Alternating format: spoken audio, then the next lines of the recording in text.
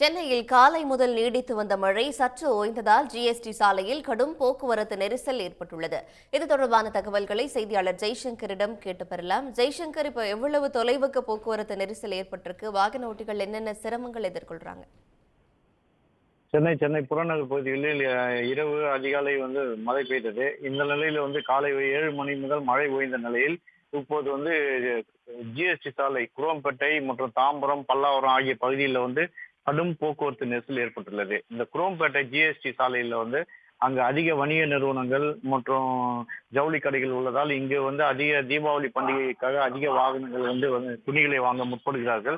இதனால இந்த ஜிஎஸ்டி சாலையில் ஒரு 2 கிலோமீட்டர் தூரத்தில் இரு மார்க்கத்திலையும் குரோம்பேட்டையிலிருந்து இரு மார்க்கத்திலையும் கடும் போக்குவரத்து நெரிசல் ஏற்பட்டுள்ளது. குறிப்பாக இந்த கார்கள், இருசக்கர வாகனங்கள், ஆட்டோ போன்ற வாகனங்கள் அதிகமாக செல்வதை காண முடிகிறது.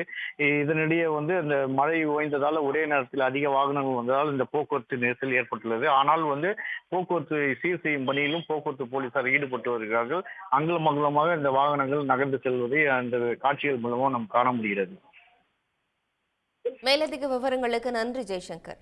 உடனுக்குடன் செய்திகளை தெரிந்து கொள்ள சன் நியூஸ் பெல் ஐகானை கிளிக் பண்ணுங்க.